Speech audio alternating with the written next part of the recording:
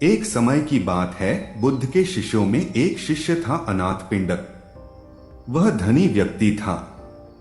उसका यह नाम इसलिए पड़ गया था कि वह रोज सुबह सुबह अपने घर के बाहर अच्छा अच्छा भोजन बनाकर बैठ जाता था। उसके पास जो आता था उसे वह खिलाता था।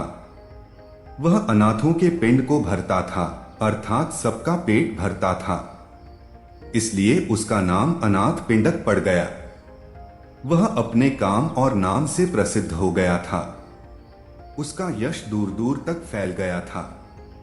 बुद्ध ने भी उसकी ख्याति सुन रखी थी। बुद्ध उन दिनों अपने हजारों सन्यासी भिक्षुओं के साथ वैशाली नगर में उपदेश दे रहे थे और लोगों को असीम शांति प्रदान कर रहे थे। अनाथ पिंडक को मालूम पड़ा कि मेरे नगर के पास ही बुद्ध अपने अनेक शिष्यों के साथ आए हुए हैं।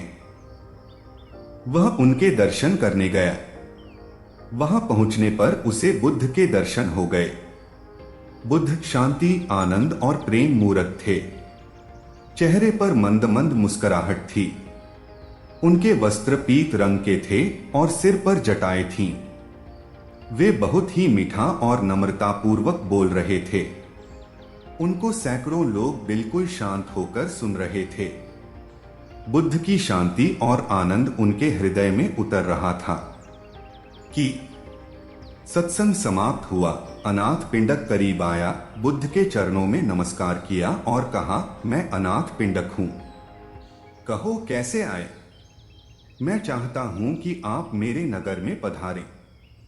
वहां के लोग आपके धर्म उपदेश को सुनकर लाभान्वित हों और उनका जीवन आनंद से भर जाए।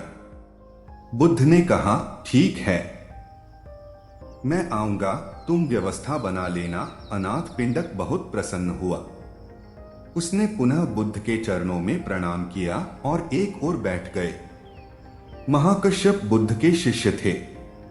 उन्होंने पिंडक को समझाया कि हम यहाँ पर हजारों भिक्षु हैं, तो किसी एक के घर में तो रुकना संभव नहीं हो पाएगा। इसलिए अच्छा यह रहेगा कि तुम किसी खुले बाग बगीचे में व्यवस्था कर लेना। हम जैसे लोग भगवान के लिए एक छोटी सी झोंपड़ी बना लेंगे और हम भिक्षु उनके आसपास रुक जाएंगे। अनाथ पिंडक ने कहा, ठीक है, ऐसा ही होगा। वह अपने नगर लौट आया और अपने नगर में नजर दौड़ाई कि कहां पर व्यवस्था हो सकती है। उसे एक बड़ा सुंदर बगीचा पसंद आ गया। वह उस बगीचे के मालिक के पास गया। उससे जाकर कहा, मैं आपका बगीचा खरीदना चाहता हूं। मैंने बुद्ध देव को बुलाया है। उनकी सेवा के लिए मैं उनको यह बगीचा भेंट देना चाहता हूं, ताकि वे यहाँ पर रहकर लोगों को धर्म का उपदेश देकर उनका जीवन धन्य कर दें। बगीचे का मालिक संत महात्माओं के प्रति श्रद्धा नहीं रखता था, इसलिए उसने साफ मना कर दिया, मैं तो बेचूंगा ही नहीं। बहुत मनाने पर कहा, चलो ठीक है, यह बगीचा तुमको देता हूं, पर इस बगीचे की कीमत एक साथ लूंगा। इस बगीचे की खरीदारी यूं होगी कि तुम जितनी जमीन पर सोने के सिक्के बिछा लोगे, मैं उतनी जमीन तुम्हें दे दूंगा। अनाथ पिंडक के तो प्रसन्नता के मारे आंसू निकल आए। उसने कहा, शुक्र है तू राजी तो हुआ। मुझे बुद्ध देव को यहाँ पर लाना है, और अगर इतनी बड़ी कीमत भी है तो मैं ये कीमत भी दूंगा। अनाथ पिंडक अपनी सारी दौलत, सारा सोना बैलगाड़ियों में भर कर ले आया। उसने सोने के सिक्कों से सारा बगीचा पाट दिया, सोने की तह बिछा दी। वहां के लोग अनाथ पिंडक को पागल कहने लगे। इसने एक महात्मा के लिए अपनी सारी संपत्ति लुटा दी है। लोगों को क्या मालूम कि संत, महात्मा और गुरु का सानिध्य कितना अमूल्य होता है। महात्मा बुद्ध 40 साल तक देश भर के गांव-गांव में जाकर धर्म का उपदेश देते रहे। उनका यह भाव था कि जिस आनंद को मैंने पाया है, वह जनवरी से जनवरी तक पहुंचे। शांति पाने का अधिकार सबको है। वे घर घर जाकर ज्ञान का दीपक जलाना चाहते थे। उन्होंने जीवन भर अनेक दीपक जलाए। उनके उपदेश से अनगिनत लोगों का मन निर्मल हो गया। अनाथ पिंडक के मन में बस एक ही इच्छा थी कि मैं महात्मा बुद्ध का सानिध्य प्राप्त करूं। अपने नगरवासियों के साथ बैठकर बुद्ध देव का उपदेश जो अमृत है सबके साथ बैठकर पी सकूं। बगीचे के मालिक ने देखा कि सारा बगीचा सोने के सिक्कों से पटा पड़ा है। वह अनाथ पिंडक की एक महात्मा के प्रति अगाध श्रद्धा को देखकर हैरान रह गया। उसका हृदय पिघल गया।